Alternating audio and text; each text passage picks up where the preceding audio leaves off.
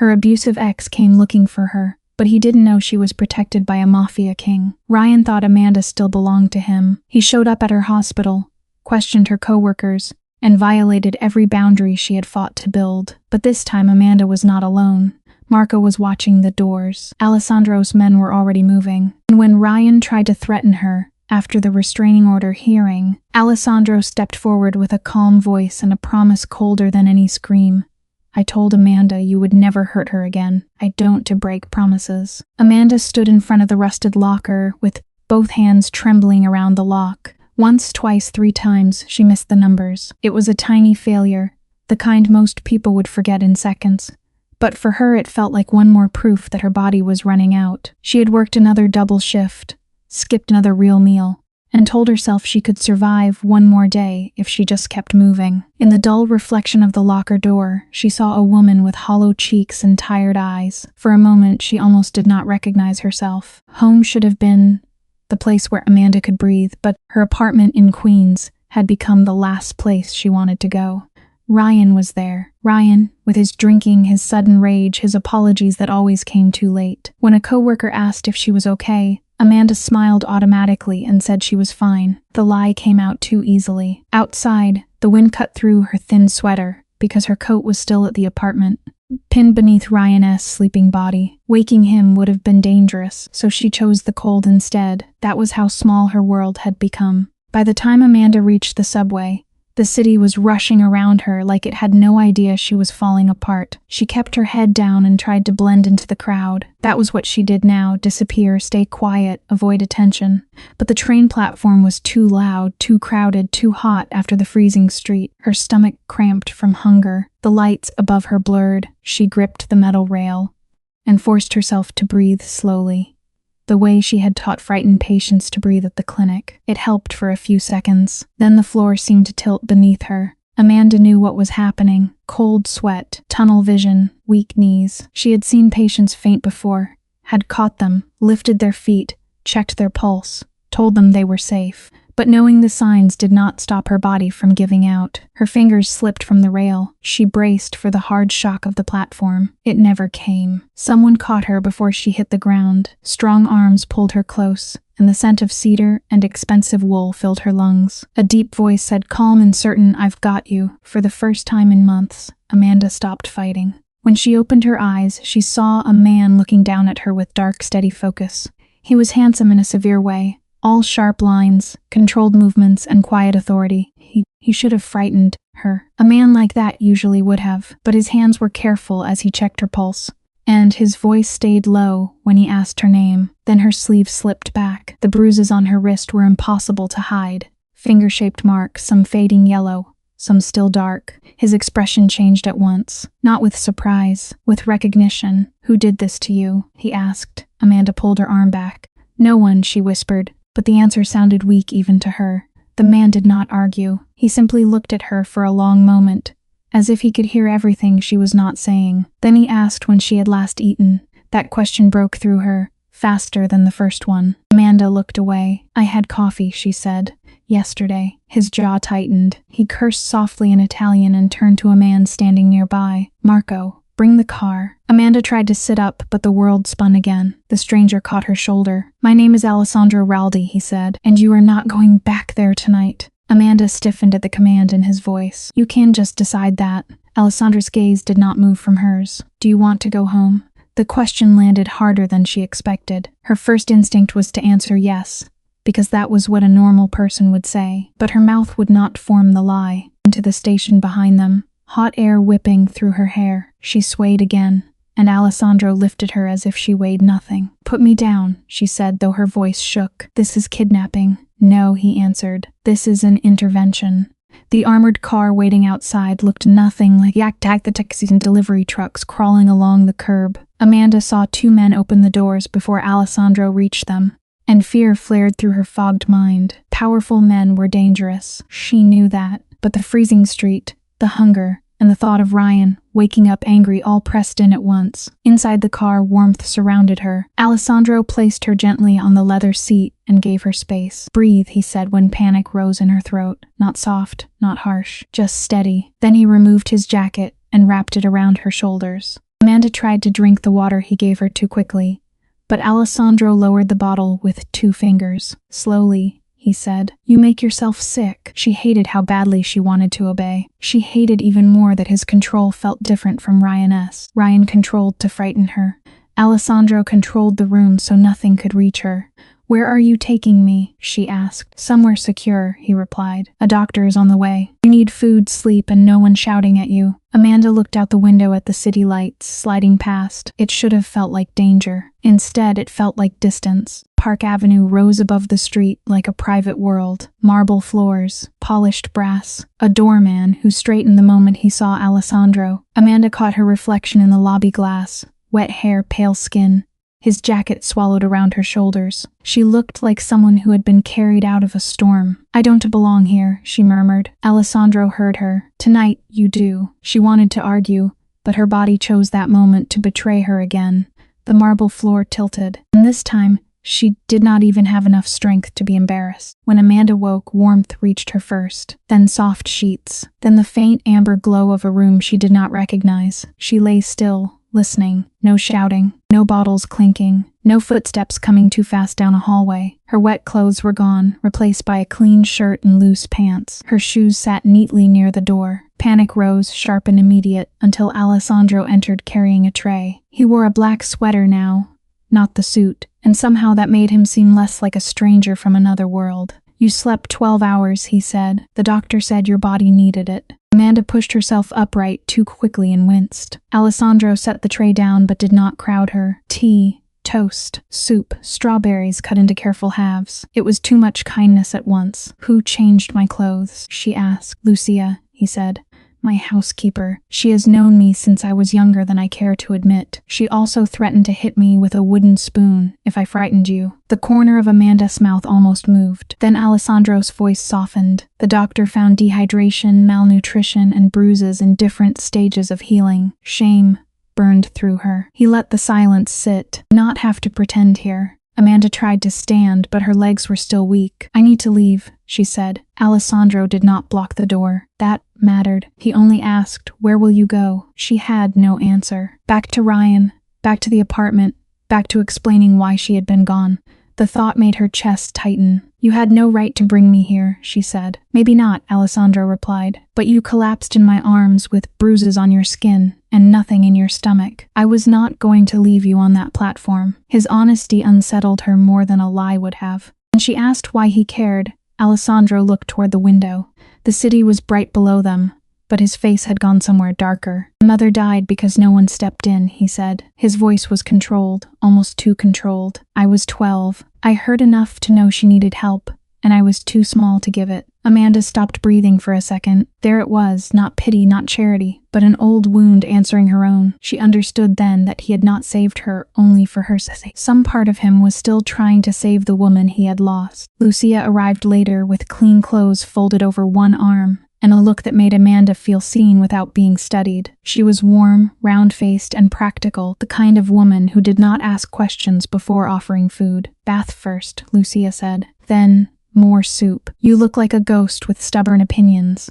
Amanda almost laughed. The marble bathroom was bigger than the kitchen in her apartment. For a while she stood under the warm water and let the heat loosen the fear from her shoulders. Not erase anything. It simply gave her body a few minutes without danger. That alone felt almost impossible. After the bath, Amanda looked in the mirror and studied the woman staring back, thin, bruised, exhausted, but no longer shaking as badly. When she entered the main room, Alessandro was ending a phone call in Italian. The language was fast, cold, and full of sharp edges. Then he saw her, and his voice changed. "Sit," he said, nodding toward a bowl of minestrone. This time Amanda did not argue.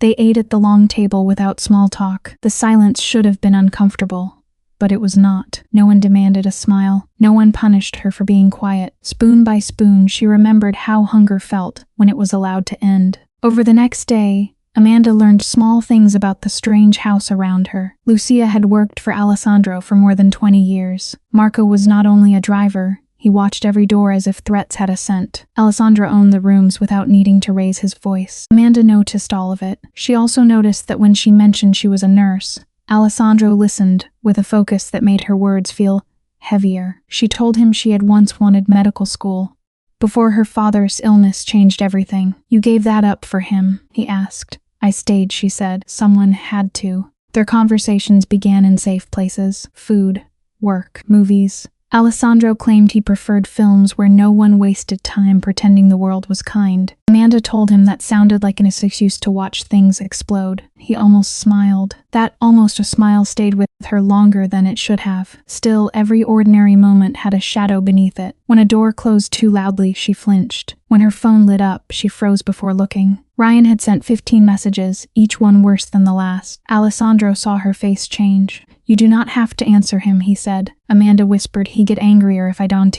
That night, Ryan found her in sleep. In the nightmare, his hand was around her wrist, his breath hot with alcohol, his voice promising that no one would believe her. Amanda woke screaming. The room was dark, unfamiliar, and for one awful second she thought she was back in Queens. Alessandro appeared at the doorway, shirtless, tattooed, and dangerous enough to make the air change. But he did not rush toward her. He lifted both hands where she could see them. Amanda, he said quietly, look at me. You are in my home. Ryan is not here. She clung to those words until the walls became real again. When she could finally speak, the truth came out in broken pieces. Ryan controlled the money. Ryan checked her phone.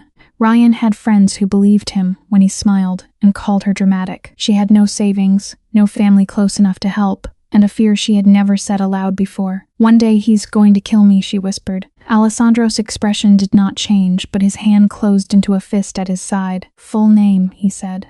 Amanda looked up. What? His full name. She should have been frightened by the coldness in him. Instead, a terrible part of her felt relieved. Alessandro turned to leave, already reaching for his phone, and panic snapped through Amanda before she could stop it. Don't go. The words came out small, almost childlike. He paused.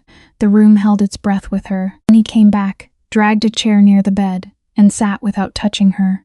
I am here, he said. Amanda watched him through the dark until her breathing slowed. She knew he was dangerous. Everything about him said so. But in that moment, danger pointed away from her felt like protection. It was not simple. It was not safe in the ordinary sense. But fear had made her desperate for a wall, and Alessandro looked like one. 5 days later, Alessandro moved Amanda to his country estate north of Manhattan. He said the city had too many eyes and too many exits for Ryan to watch. Amanda wanted to object, but the first night there, she slept without hearing sirens or footsteps in the hallway. The estate was quiet, surrounded by trees, guarded by men who seemed to appear before she noticed them. By the end of the week, she returned to the clinic part-time. Marco drove her in a black SUV. At first, she hated it. Then she realized she had stopped scanning every subway platform for Ryan's face. Pride was important, but survival had become more urgent. With food, sleep, and distance, Amanda's body began to change before her mind caught up. Color returned to her face.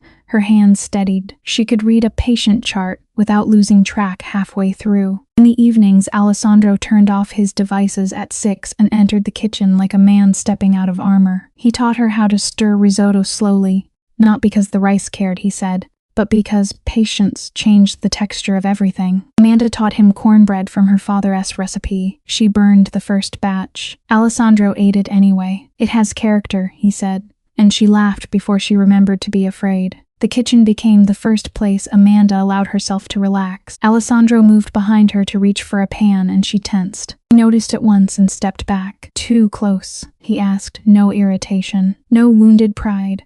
Just the question. Amanda nodded, a little. Then I will stand here. That small act stayed with her. Ryan had treated boundaries like insults. Alessandro treated them like facts. Later, during movie nights, she chose romantic comedies just to irritate him. He complained through the opening credits and then watched quietly until the end. She caught him looking at her during the happy scenes, as if her hope confused him. Their talks grew deeper in the dark after the movies ended. Alessandro spoke of arriving in New York as a boy with a mother who worked too hard and trusted the wrong man. Amanda spoke of her father fading slowly, and the guilt she still carried, because part of her had felt relief when his suffering ended. She expected judgment. Alessandro only said, love and relief can exist in the same room. That sentence undid her. For years she had punished herself for feeling something human during grief. He did not make it beautiful. He made it bearable. She began to understand why people could become attached to the person who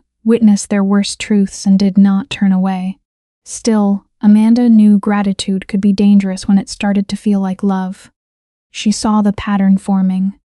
Alessandro worked late in his study while she sketched in a notebook near the fire. Their shoulders brushed when he passed her tea. His gaze lingered when she smiled. She told herself it was only safety, only relief, only the natural confusion of being rescued. But her body did not care what name she gave it. It quieted when he entered the room. It tightened when he left. That frightened her. After Ryan, she did not trust her own instincts. She had once mistaken control for love. She could not afford to do it again. Alessandro's world made that fear worse. Men lowered their eyes when he spoke. Marco carried a gun beneath his jacket. Phone calls ended when Amanda entered the room. The estate was beautiful, but it was also a fortress, and fortresses were built for war. Amanda found the sedan idling beyond the outer gate. It rolled away the moment Marco looked toward it. No one explained. No one had to. This same man who remembered exactly how she liked her coffee also lived in a world where strangers watched from tinted windows. Amanda was not blind to the danger. She was simply tired of being hurt by weakness dressed up as love. On the 21st night, a storm rolled over the estate. Rain struck the windows hard enough to make the old house creak. Amanda woke on the sofa with a book open on her chest and heard Alessandro's voice from the study. Not cold this time, strained.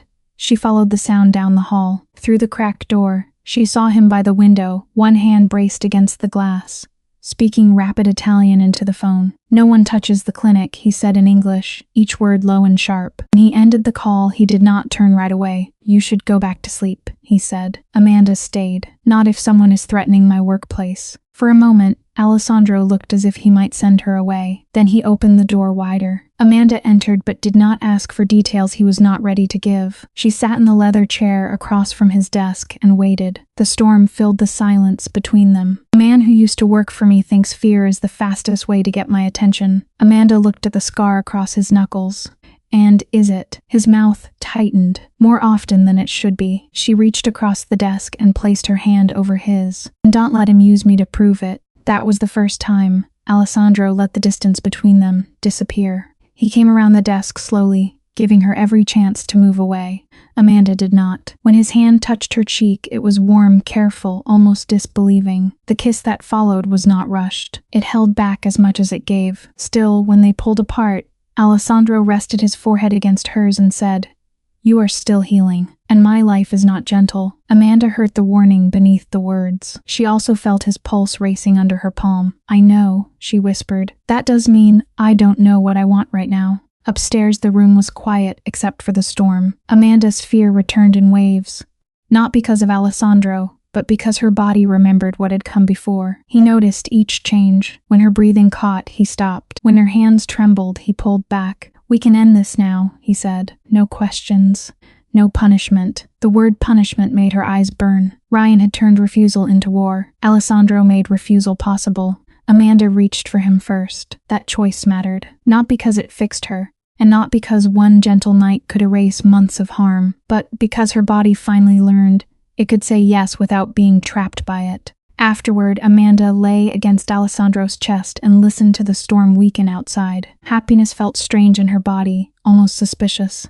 "I don't know what to do with this," she admitted. "With what?" "Feeling safe." Alessandro's hand moved slowly through her hair. "Then we will not make a ceremony out of it."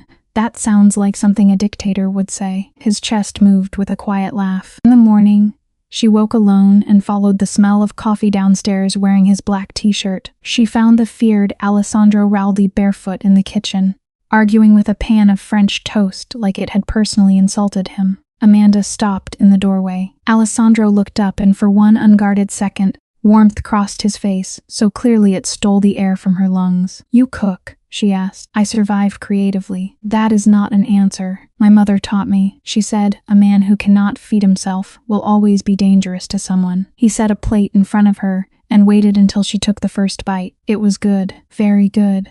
"Your mother was right," Amanda said, "about the food or dangerous men. Both." His smile faded slightly, but he did not look away. "She would have liked you," he said. Over coffee, Alessandro told Amanda the truth without dressing it up. His life was not clean. His enemies were real. Men wanted what he had, and some would use anyone close to him to get it. "You should know exactly what staying near me means," he said. Amanda studied him across the couch. Ryan had hidden his ugliness behind apologies and excuses. Alessandro placed his darkness on the table and let her look at it.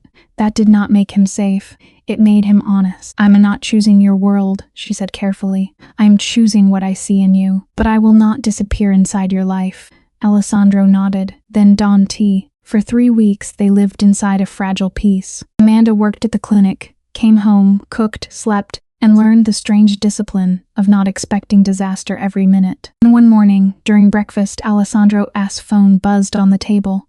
The sound cut through the room. He looked at the screen, and the softness left his face. He answered in Italian, moving toward the window. Amanda could not understand every word, but she understood enough. "Hospital lobby, Ryan." When he returned, he did not sit. "Marco found him," he said. The fork slipped from Amanda's hand. She did not need to ask who. Ryan had been circling her old life like a dog that had lost its chain. He had gone to the hospital twice, demanding to know her schedule. He told people she had stolen from him, that she was unstable, that she was being manipulated by someone rich. Amanda heard each detail and felt the room shrink around her. "He won tea stop," she said. Alessandro's voice stayed calm. "Then we make stopping him more painful than continuing." She looked at him sharply. "I don't want him killed." His eyes met hers. "I did not say killed." The silence after that was almost worse. Amanda realized she had to draw the line out loud. "I mean it," she said. "I will not become someone who needs a body buried to feel safe." Alessandro watched her for a long moment. Then he nodded once. "Legal first. Public.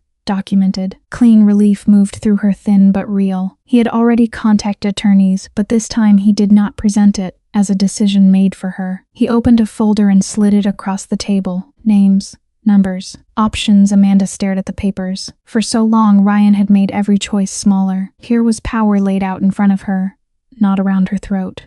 "I'll do it," she said. "I will file." Rebecca Hale and David Foster arrived that afternoon with briefcases, calm voices, and eyes that did not flinch. Rebecca sat beside Amanda instead of across from her. That small kindness helped. "Tell us what happened," she said. "Start wherever you can." Amanda expected herself to fall apart. Instead, she began with the dry cleaning.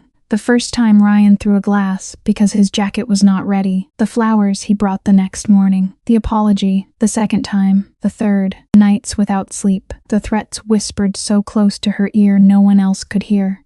Rebecca wrote everything down. Alessandro sat nearby, silent, letting Amanda own the story. Some memories were harder than others. Amanda described the fractured rib Ryan called an accident. The time he locked her out in winter because she had spoken too warmly to a neighbor. The way he took her bank card, then accused her of being irresponsible with money. Every sentence made her feel exposed, but with each detail spoken aloud, the shame shifted slightly away from her and toward the person who had earned it. David explained the evidence, medical records, coworker statements, photographs, messages. "This is strong," he said. Amanda's hand still shook. Strong evidence did not make Ryan less terrifying. It only meant she was no longer fighting him with silence. The 9 days before the hearing stretched like a wire pulled too tight. Ryan was served, and his messages changed from begging to rage. Alessandro's security closed around Amanda, but he let her decide what she needed. Some nights she wanted him beside her. Some nights she wanted the door open and the room empty. He gave her both. On the morning of court, Amanda put on a gray suit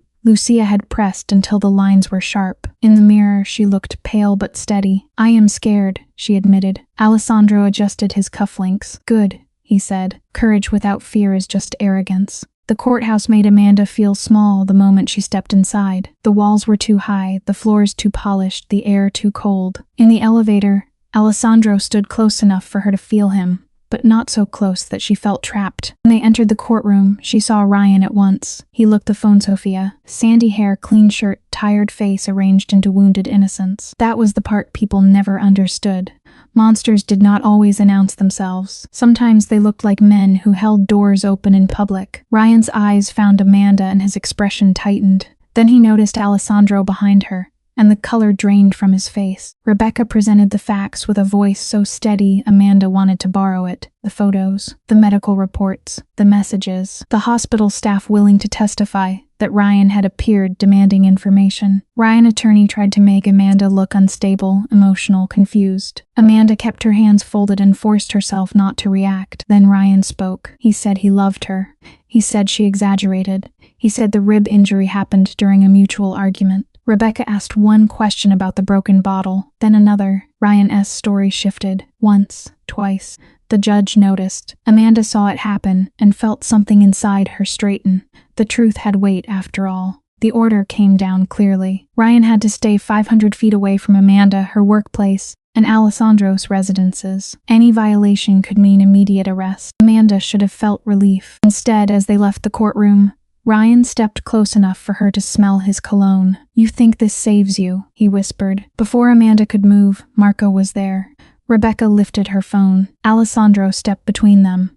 With a stillness that made the corridor go quiet, Ryan's eyes flicked from one face to another. For the first time, he could not isolate her. "Walk away," Alessandro said. Ryan did, but the hatred in his face promised this was not over. In the car, Amanda finally broke. The adrenaline left her body all at once, and she shook so hard her teeth clicked. Alessandro did not tell her it was over. He knew better. He only held out his hand. She took it. Back at the estate, Lucia had soup waiting, and pretended not to see Amanda's red eyes. That kindness nearly undid her again. Later in the kitchen, Amanda chopped vegetables with more force than necessary. "I hate that I am still scared," she said. Alessandro leaned against the counter. "Fear does not mean he owns you." "Then what does it mean?" "It means your body remembers. We teach it something new." Teaching her body something new became slow work. Pasta on Tuesday. Clinic shifts on Wednesday and Friday. Movies when sleep would not come. Alessandro did not become gentle all at once. Men like him did not change in neat lines. Sometimes a call pulled him cold and distant. One evening, Amanda overheard Vincent warn him that an old rival named Carlo Bellini had been asking questions about the nurse. Alessandra ended the call and found her in the doorway. "Were you going to tell me?" she asked. He hesitated. "I wanted to handle it." Amanda's voice hardened. "That is exactly what I'm afraid of." The argument that followed was quiet, but it cut deep. Amanda told him she would not be protected by being kept ignorant. Alessandro said information could become a burden. "So can silence," she answered. For a long moment he looked like the man who gave orders and expected obedience. Then he forced himself to sit down. "Carlo wants leverage," he said. "He thinks you are mine, so he thinks you can be used." Amanda's stomach turned, but she was glad to know the truth. "Then we make one rule," she said. "No more hiding danger from me." Alessandro agreed. Not easily, but he agreed. That was the part she remembered. Evenings with Alessandro were easiest when they stayed ordinary. He was terrible with knife work, and Amanda told him so every chance she got. He claimed precision belonged to surgeons and assassins, not vegetables. She told him that was the most disturbing excuse she had ever heard. He smiled more often now, though usually when he thought she was not looking. Sometimes he came up behind her, and her body no longer panicked. Other times it did, and he stepped away without making her explain. That patience built trust faster than any grand confession. Safety was not one dramatic rescue. It was being respected on the 10th quiet day, and the 20th, and the 100th. Movie arguments became a private language. Alessandro loved old Italian films full of poverty, betrayal, and hard endings. Amanda loved romantic comedies because someone usually apologized properly before the credits. "Life is not that generous," he told her one night. "Maybe not," she said, "but I spent enough time living in fear. I am allowed to watch people get second chances." He had no answer for that. Later, when the film ended with a ridiculous airport confession, Alessandro sighed as if offended by happiness itself. Still, he did not turn it off. Amanda leaned against him and felt his arms settle around her shoulders, careful and familiar. For a while, the world outside let them pretend. Then Ryan broke the illusion. Maria found Amanda outside the pediatric ward with her face drained of color. "He's in the lobby," she said. Amanda's first thought was not for herself. It was for the children. For Jamie in room 212. For the frightened families who did not need Ryan's chaos spilling into their halls. Her fear sharpened into something else. "Call security," she told Maria. "Do not let him past reception." As she moved toward the elevators, the doors opened. Marco stepped out with two men in dark suits. He had already known. Alessandro's protection had arrived before she asked for it. Shame hit Amanda as hard as fear. Her private nightmare was standing in her workplace, where people trusted her to be calm and capable. Ryan was shouting near the lobby desk, waving the restraining order like it was a joke. Then Alessandro entered through the main doors. He did not rush, not shout. He simply walked in, and the space rearranged itself around him. Ryan saw him and went still. Amanda hated needing rescue there, hated the eyes on her. But when Alessandro reached her, he did not speak over her. He asked, "What do you want done?" Amanda swallowed. "Police report. Everything documented."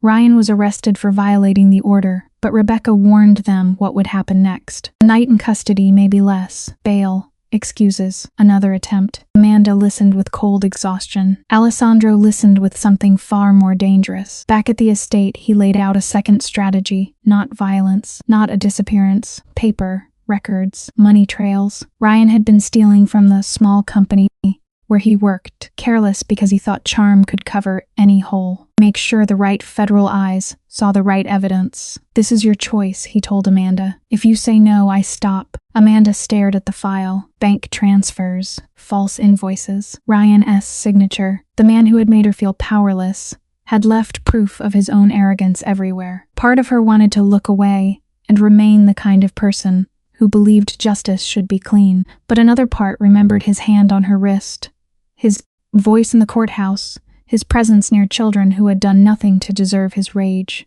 "Use it," she said. The words surprised her with their steadiness, not smile. He only nodded. Amanda understood then that reclaiming power did not always feel noble. Sometimes it felt cold, necessary, and long overdue. Over the next 6 weeks, Ryan mistook delay for victory. He posted vague accusations online, called Amanda ungrateful, and told mutual acquaintances she had been bought by a criminal. Amanda wanted to answer every lie. Rebecca told her not to. "Let him talk," she said. "People like him reveal themselves when they think no one can stop them." Then federal agents raided Ryan's apartment before sunrise. The evidence was not invented. Alessandro had not needed to frame him. Greed had done the work. When the news reached Amanda, she sat very still. Relief did not feel like triumph. It felt like a door locking from the other side. 3 months later, Ryan appeared in court again, this time for embezzlement. He looked smaller in the cheap suit, thinner, less certain that the room belonged to him. Amanda was not the defendant in his story anymore. She was a witness to the pattern he had carried into every part of his life. From the gallery, Alessandro watched without moving. Ryan looked back once and understood. This had not been bad luck. It had been consequence. When the sentence came, 5 years, Amanda closed her eyes. She had imagined feeling free. Instead, she felt tired. Alessandro took her hand but said nothing. He knew the cage opening was not the same as learning to walk outside it. That evening, dinner was quiet. Lucia had made lamb, Amanda's favorite, but she barely tasted it. Afterward, Alessandro found her patera staring into the dark. "You can leave," he said. Amanda turned. "What?" His face was readable, but his voice was not. "If you stayed because Ryan was a threat, that threat is reduced. If you stayed because I made you feel indebted, I release you from that debt." The words hurt more than she expected. They also gave her something Ryan never had, a door. Amanda stepped closer. "I'm not staying because I owe you," she said. "I'm staying because I choose to. But I need you to keep letting me choose." Choice changed the shape of their relationship. Amanda moved some of her things into Alessandro's home, but she kept a small apartment near the hospital under her own name. Alessandro offered to pay for medical school the moment she mentioned applying again. She refused so quickly he looked almost offended. "I can help," he said. "I know, but I need some parts of my life to belong to me." He sat with that for a while. Then he nodded. "Tuition is yours. Security is mine. Logistics, if you ask." It was not perfect. Nothing about them was, but it was a negotiation, not a command, and Amanda held on to that difference. Not in the easy way stories like to promise. He did not stop being dangerous. His world did not become clean because Amanda loved him. But the direction of his power began to shift. He moved money into legitimate businesses. He cut ties with men who enjoyed cruelty too much. That decision made enemies. Vincent warned him that some old partners saw mercy as weakness. And Carlo Bellini was gathering men who missed the old order. Alessandro listened without blinking.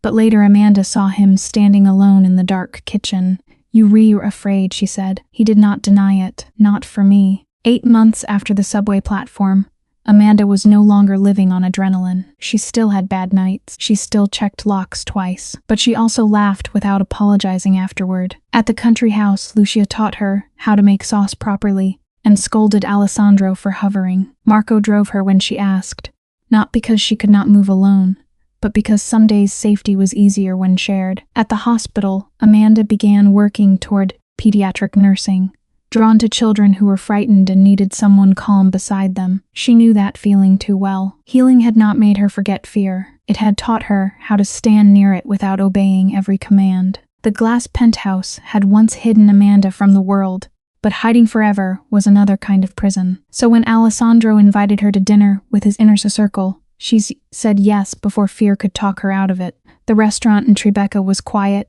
expensive, and full of people who understood power without needing to display it. Vincent rose first, Alessandro's careful lieutenant. Sophia followed, elegant and sharp-eyed. Michael and Adriana watched Amanda with polite curiosity. Alessandro's hand rested lightly at her back, not pushing, only reminding her he was there. Amanda lifted her chin. She would not enter that room as a rescued stray. Dinner began with tension tucked beneath every polite word. Amanda could feel them measuring her. Not cruelly exactly, but carefully. In Alessandro's world, weakness was not only personal. It could become a weapon used by enemies. Sophia asked about the hospital. Amanda answered honestly. She did not pretend to be tougher than she was. She spoke about children, exhaustion, and the strange privilege of being trusted by people in pain. Something shifted. Adriana smiled first. Vincent asked a real question. Alessandro watched the exchange with quiet intensity. Amanda realized then that honesty, in a room trained for deception, could be its own form of strength. Being loosened,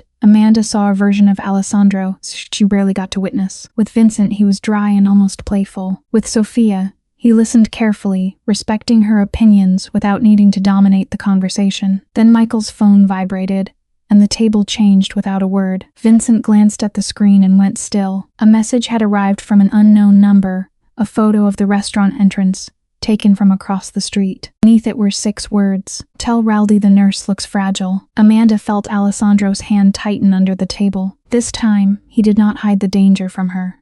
No one panicked. That frightened Amanda more than shouting would have. Sophia calmly signaled the waiter. Vincent stood as if he were only stretching his legs. Marco appeared near the hallway within seconds. Alessandro leaned close to Amanda. "We are leaving through the kitchen," he said. She looked at him. "Because of Carlo." His eyes flicked to hers, surprised by the name on her tongue. Then he nodded. Before they rose, Alessandro's phone rang. He answered and said nothing. A man's smooth voice came through faintly enough for Amanda to hear. "She looks smaller than I expected, Ale. Does she know what you are?" The call ended before Alessandro could answer. Outside, a black SUV waited with the engine running. As Amanda climbed in, a bottle shattered against the brick wall behind them, missing Marco by inches. Not a bullet, not a real attack, a message. Still, Amanda's body reacted as if the past had found a new costume. Alessandro moved her into the car with one arm and turned back toward the alley. For 1 second, she saw the old violence in him, the man everyone feared.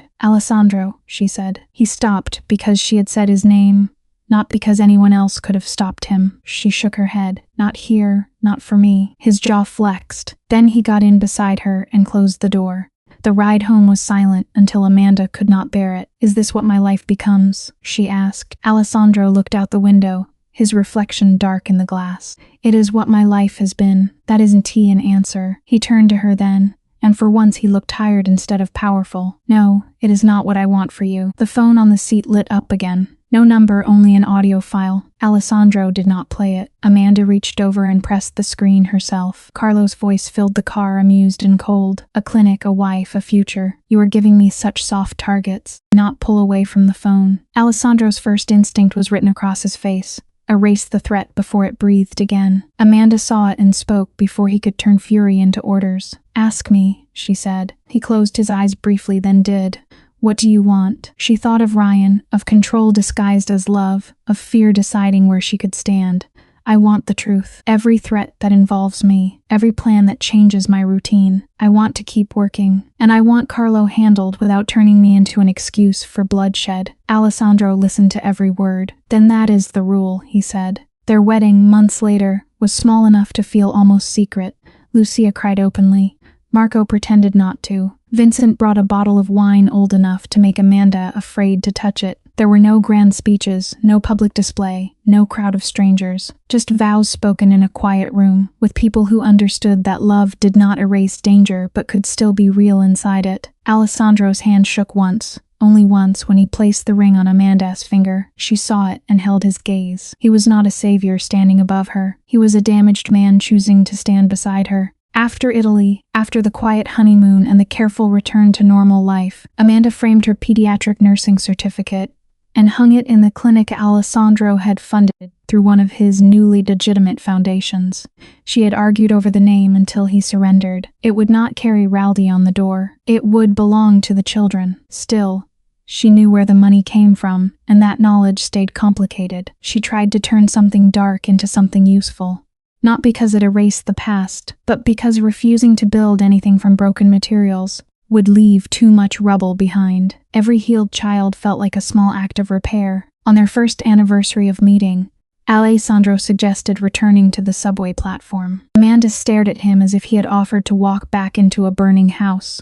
Why, she asked. Because that place still owns part of the story, he said. Maybe we should take it back. Amanda wanted to refuse. When she thought of the woman she had been, starving, freezing, terrified, convinced no one would catch her. The idea hurt. It also pulled at something brave in her. That morning, before she could change her mind, she took a pregnancy test because her body had been whispering a truth she was afraid to hear. 2 lines appeared, clear, unmistakable. Amanda sat on the bathroom floor with the test in her hand and forgot how to breathe. 2 months pregnant. The words formed slowly, changing the shape of the room around her. She and Alessandro had stopped using precautions 6 months earlier.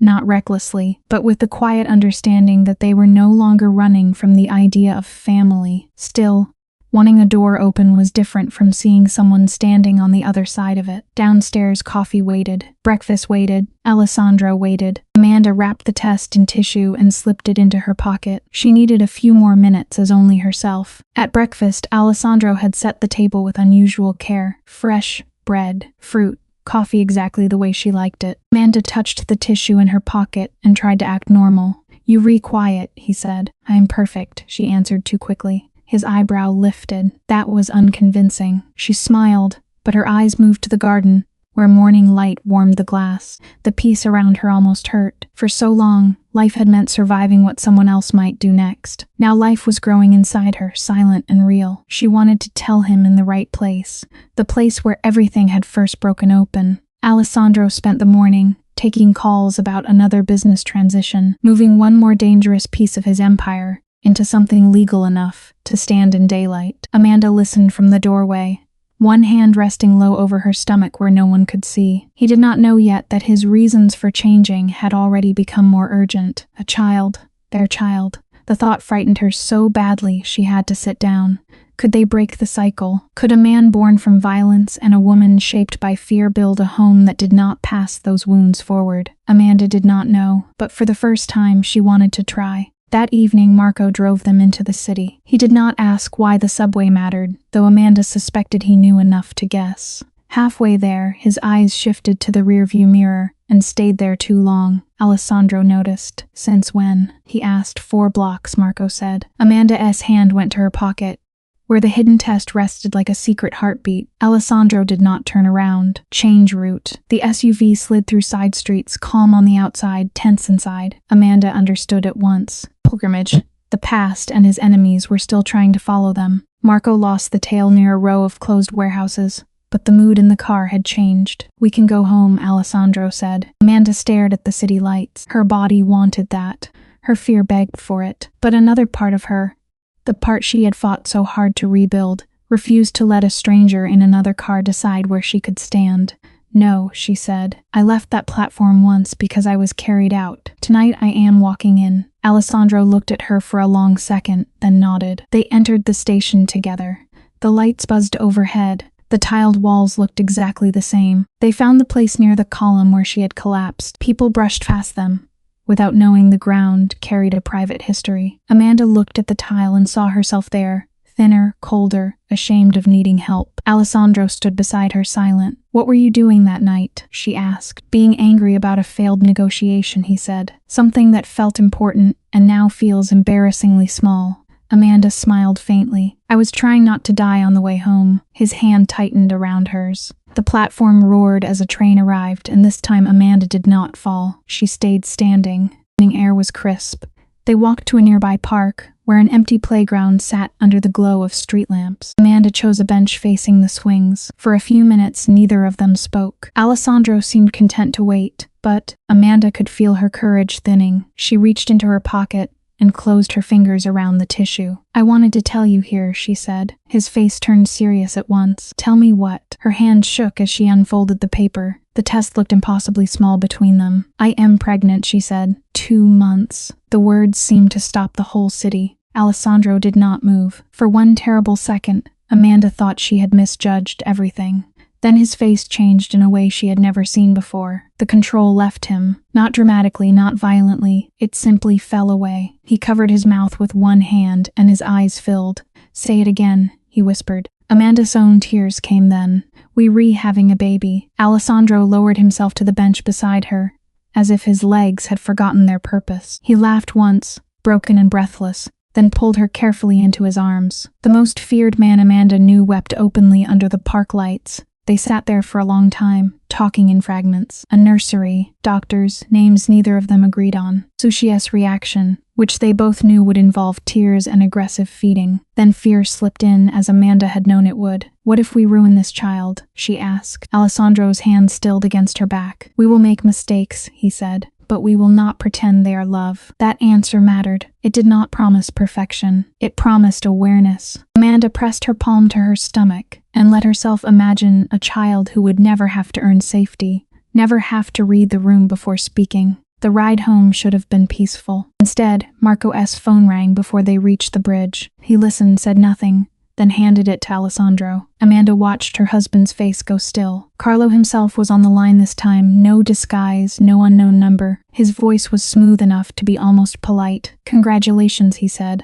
Amanda went cold before Alessandro spoke. Carlo continued, "You should be careful, Raldi. New fathers make emotional mistakes." Alessandro's first instinct rose visibly in him, swift and brutal. Amanda placed a hand over her stomach. "Do not build our child's future on revenge," she said. "Build it on distance, law, exposure." Alessandro stared ahead. Then he said, "I hear you." Pregnancy changed the rhythm of the house. Alessandro read medical books with the intensity of a man preparing for war. Lush cooked as if Amanda were carrying triplets. Marco began driving even more carefully, which Amanda had not thought possible. At the clinic, Amanda continued working, though she no longer lifted heavy patients and accepted help before exhaustion turned into collapse. Meanwhile, Rebecca and Sophia built a case against Carlo through contracts, shell companies, and witnesses who suddenly felt safer speaking. Amanda watched the machinery move and understood the difference. This was still power, but it was not blind violence. It was a wall built with records instead of bodies. Amanda found Alessandro in the nursery room, though it was still empty except for paint samples lined along the wall. He held 2 shades of green, as if choosing the wrong one might endanger civilization. "This is not a negotiation I am qualified for," he admitted. Amanda leaned against the doorway, smiling. "You run half the city but fear paint. Paint is permanent. So are most of your decisions." He gave her a wounded look. The ordinary joke carried more healing than either of them said aloud. This was what they had wanted. Not a life without shadows, but enough light to laugh inside them. Still, Amanda had nights when fear returned with sharp teeth. She dreamed of Ryan finding the child. She dreamed of Alessandro's enemies. She dreamed of becoming her own mother's silence, though she barely remembered her mother at all. When she woke, Alessandro did not tell her the dreams were irrational. He listened. Then he asked what would help. Sometimes the answer was a plan, new security at the clinic, a doctor's appointment moved earlier, a lock checked twice. Sometimes the answer was simply his hand in hers until morning. Amanda began to understand that healing was not the absence of old fear. It was the presence of new responses. As Alessandro prepared for fatherhood, his business changes became less symbolic and more urgent. He cut off men who would never respect the line between power and cruelty. He moved investments into construction, clinics, shipping, anything that could survive public light. Some people in his world did not like it. There were tense calls, closed-door meetings, Marco's face growing harder than usual. Then Carlo was cornered by federal indictments and 3 witnesses who finally agreed to testify. Before vanishing from New York, he left one last message. "You can make an empire legal, Ale. You cannot make it innocent." No celebration followed, only quiet relief. Amanda made choices too. She wrote a letter to the woman she had been on the subway, platform, not to forgive Ryan, not to romanticize the collapse, but to remember. She wrote that needing help had not made her weak. She wrote that hunger and fear had lied to her. She wrote that love without choice was another cage, and love with choice had to be protected every day. She did not show the letter to Alessandro at first. One night she read it aloud on the porch. He listened, without interrupting. When she finished, he said, "I wish I had met you sooner." Amanda shook her head. "I needed to meet myself first." Months passed and Amanda's body rounded with new life. The estate softened around her. The nursery filled slowly. A crib Alessandro assembled badly and rebuilt under Lucia's supervision.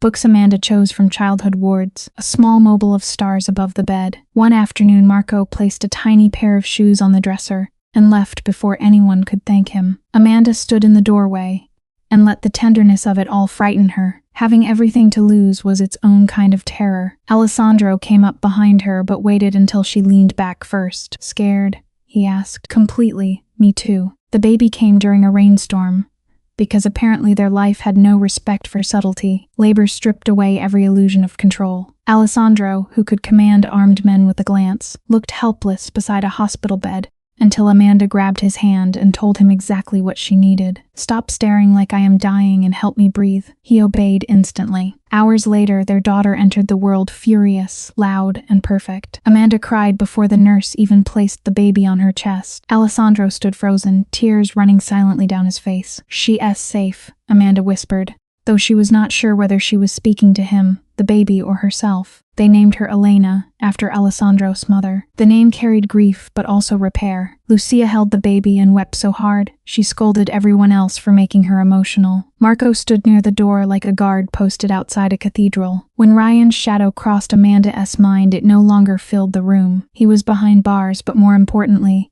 he was no longer the center of her story. Elena's tiny hand curled around Amanda's finger, and something inside her settled. This child would not grow up believing love was something that hurt first and apologized later. Amanda would make sure of it. Alessandro would too. Parenthood did not turn their life into a fairy tale. There were sleepless nights, security briefings, arguments whispered in the hallway so they would not wake the baby. Amanda accused Alessandro of hovering. He accused her of pretending she did not need rest. Lucia accused both of them of being impossible. Then one afternoon, a letter arrived from the prison where Ryan was serving his sentence. Inside was not only a note, but a newspaper clipping about the clinic opening.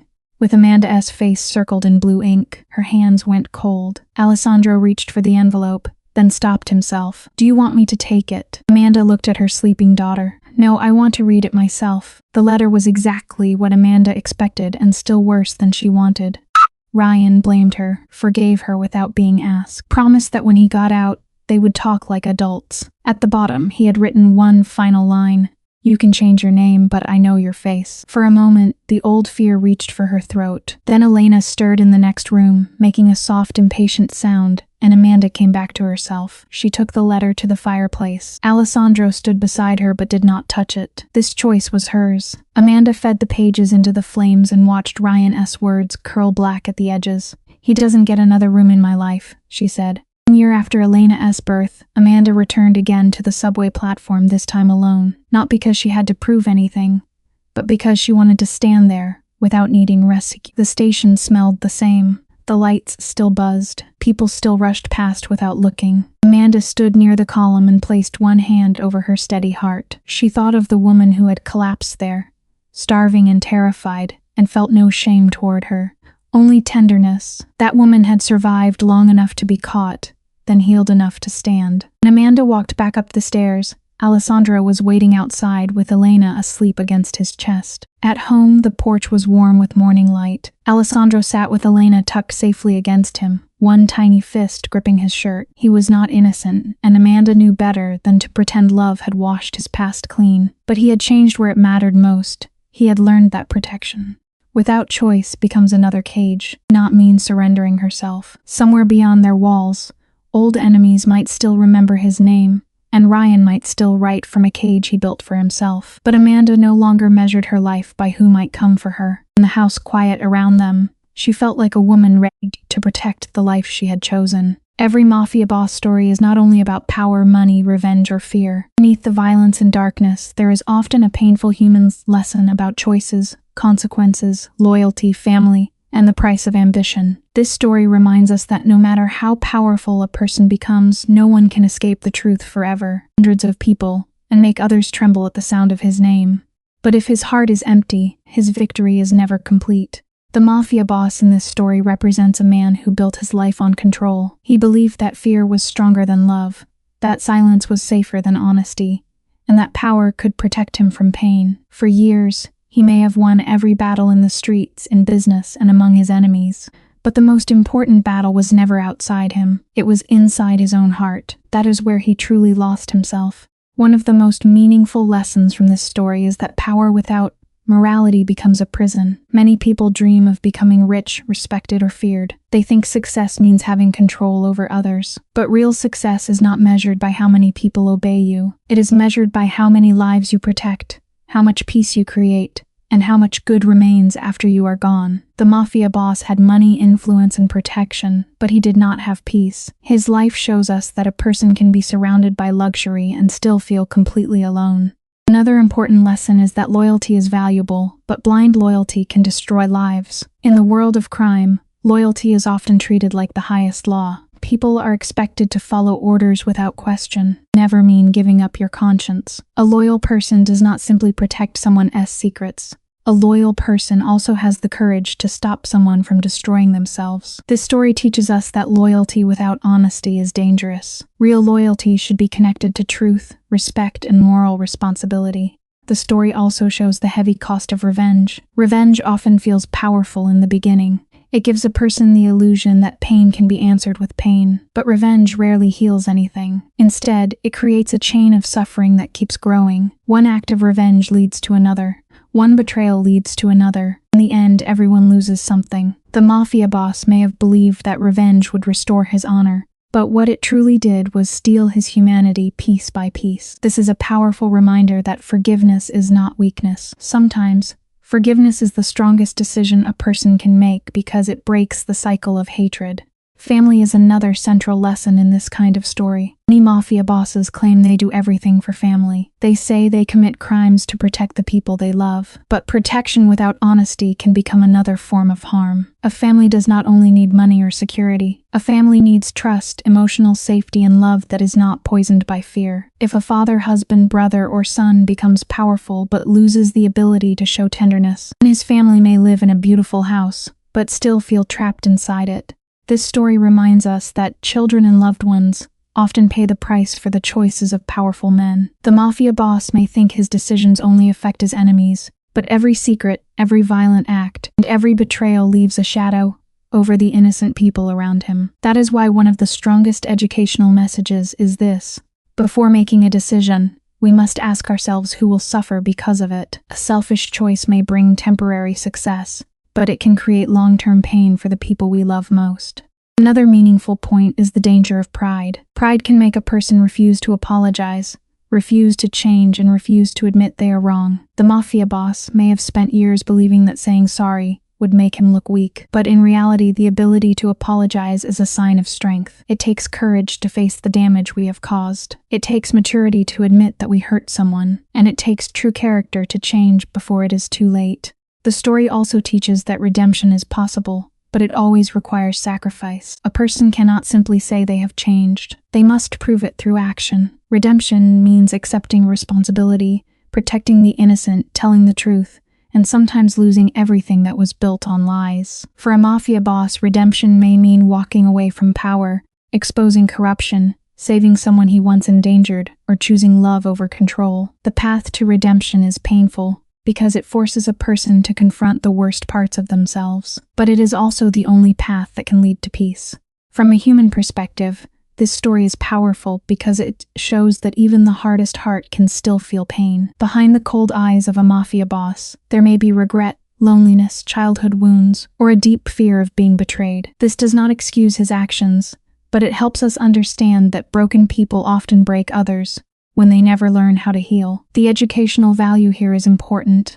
Pain should not become an excuse to hurt people. Instead, pain should become a reason to grow, to seek wisdom, and to choose a better path. For viewers, the lesson is not to admire the criminal lifestyle, but to understand its emptiness. The suits, cars, mansions, and power may look attractive from the outside, but behind them there is often fear, guilt, and loss. A life built on violence can never bring true happiness. A life built on lies can never bring true freedom. And a life built on fear can never create real love. In the end, the story of a mafia boss is really a warning. It warns us that every choice has a consequence. It warns us that money cannot buy peace. It warns us that fear cannot replace respect. It warns us that revenge cannot heal a wounded heart. Most importantly, it reminds us that the greatest power a person can have is not the power to control others, but the power to control themselves. The deepest lesson is simple but meaningful. Choose character over pride, love over control, truth over silence, and forgiveness over revenge. No matter how dark a person's past may be, change is possible when they are willing to face the truth. But the longer someone waits, the higher the price becomes. A mafia boss may win the streets, defeat his enemies, and build an empire, but if he loses his soul, he has lost everything. True strength is not found in violence. True strength is found in responsibility, compassion, humility, and the courage to become better before it is too late.